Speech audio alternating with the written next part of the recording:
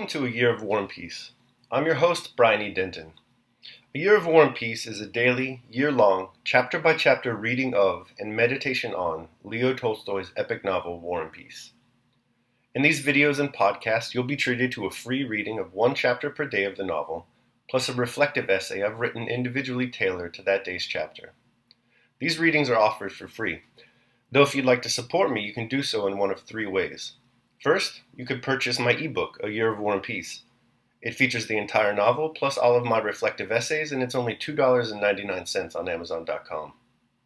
You could also become a patron at patreon.com/BrianEDenton. If you sign up there, you'll receive a sonnet once a month, plus a link to an ebook of my collected sonnets. Finally, if you like, you can make a one-time donation to my PayPal account. The email there is brianedenton@gmail.com. You can also use that email to contact me. I'd be happy to hear from you. Your support is greatly appreciated. Today's reading and reflection is from chapter 295. Chapter 295. The Battle of Borodino, with the occupation of Moscow that followed it and the flight of the French without further conflicts, is one of the most instructive phenomena in history. All historians agree that the external activity of states and nations in their conflicts with one another is expressed in wars, and that as a direct result of greater or less success in war, the political strength of states and nations increases or decreases. Strange as may be the historical account of how some king or emperor, having quarreled with another, collects an army, fights his enemy's army, gains a victory by killing 3, 5, or 10,000 men, and subjects a kingdom and an entire nation of several millions, all the facts of history, as far as we know it, confirm the truth of the statement that the greater or lesser success of one army against another is the cause, or at least an essential indication, of an increase or decrease in the strength of a nation, even though it is unintelligible why the defeat of an army, 100th part of a nation, should oblige the whole nation to submit. An army gains a victory, and at once the rights of the conquering nation have increased to the detriment of the defeated. An army has suffered defeat, and at once a people loses its rights in proportion to the severity of the reverse. And if its army suffers a complete defeat, the nation is quite subjugated. So, according to history, it has been found from the ancient times, and so it is now in our own day. All Napoleon's wars serve to confirm this rule. In proportion to the defeat of the Austrian army, Austria loses its rights, and the rights of the strength of France increase. The victories of the French at Jena and Osterdat destroy the independent existence of Prussia. But then, in 1812, the French gain a victory near Moscow. Moscow is taken, and after that, with no further battles, it is not Russia that ceases to exist, but the French army of 600,000, and then Napoleonic France itself.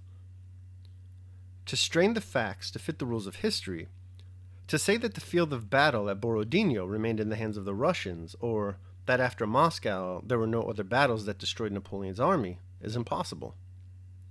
After the French victory at Borodino, there was no general engagement, nor any that were all that serious. Yet the French army ceased to exist. What does this mean? If it were an example taken from the history of China, we might say that it was not an historic phenomenon, which is the historian's usual expedient when anything does not fit to their standards. If the matter concerns some brief conflict in which only a small number of troops took part, we might treat it as an exception, but this event occurred before our fathers' eyes, and for them it was a question of life or death of their fatherland, and it happened in the greatest of all known wars. The period of the campaign of 1812, from the Battle of Borodino to the expulsion of the French, proved that the winning of a battle does not produce a conquest, and is not even an invariable indication of conquest. It proved that the force which decides the fate of peoples lies not in the conquerors, nor even in armies and battles, but in something else. The French historians, describing the condition of the French army before it left Moscow, affirmed that all was in order in the Grand Army, except the cavalry, the artillery, and the transport. There was no forage for the horses or cattle. That was a misfortune no one could remedy, for the peasants of the districts burned their hay rather than let the French have it.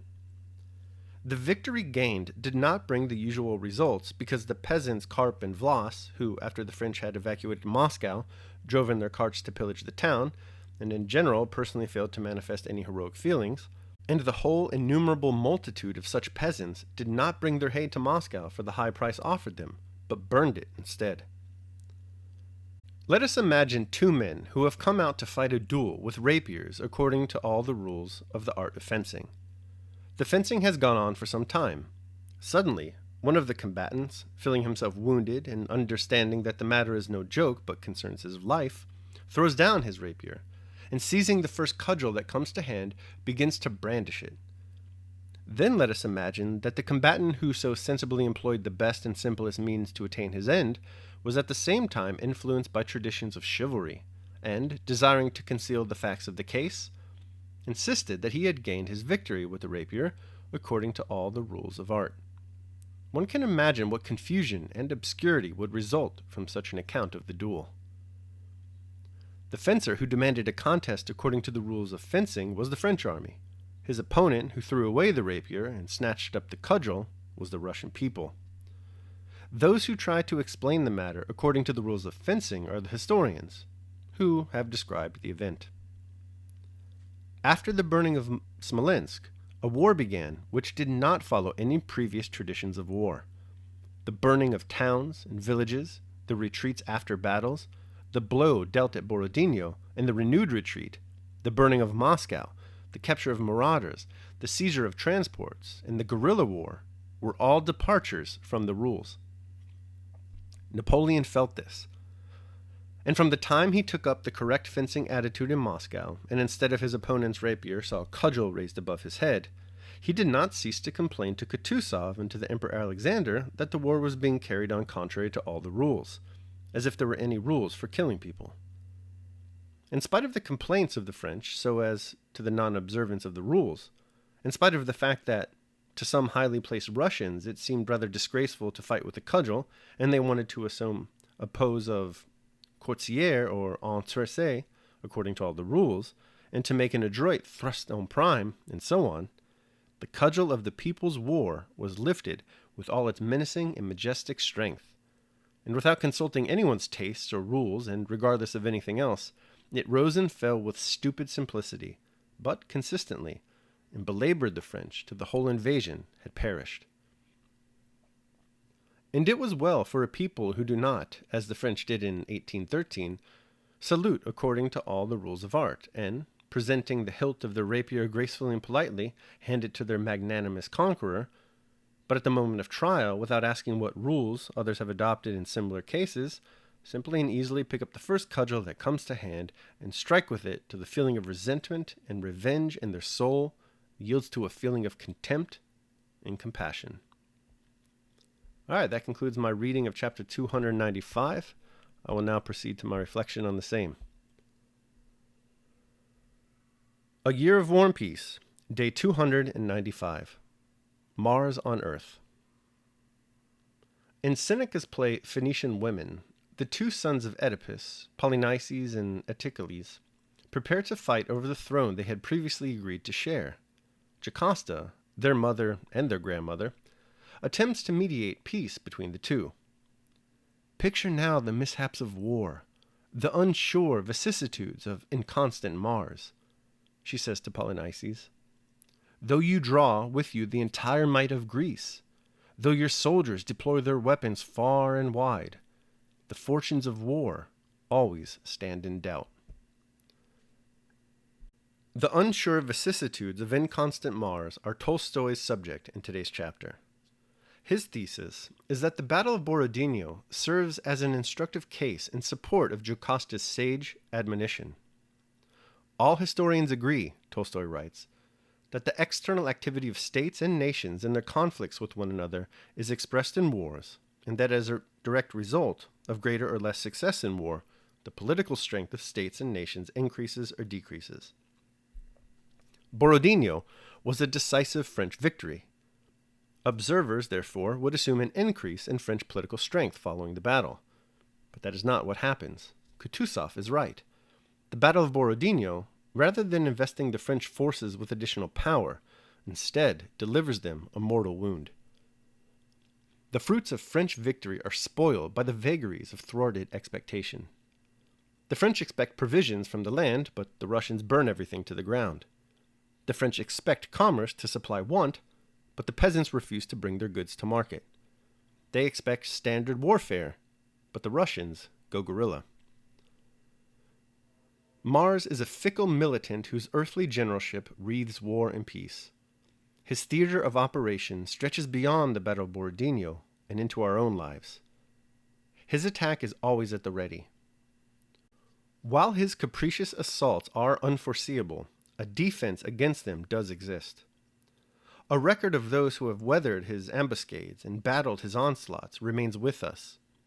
The repository of this wisdom is the liberal arts, the great storehouse of policy. Those who study the liberal arts arm themselves with the wisdom of ages and fortify themselves in strong armor against the whims of Mars and his ally Fortuna. You know that already, though. That's why you're here. Lace 'em up. Daily meditation. And so I would lead you to the sure refuge of all who fly from fortune, to liberal studies. They will heal your wound. They will eradicate your sadness. Even if you had never been conversant with them, it would be useful to apply yourself to them now. These studies are the sure safeguards, the only deliverance from the power of fortune. Seneca, Of Consolation to Helvia.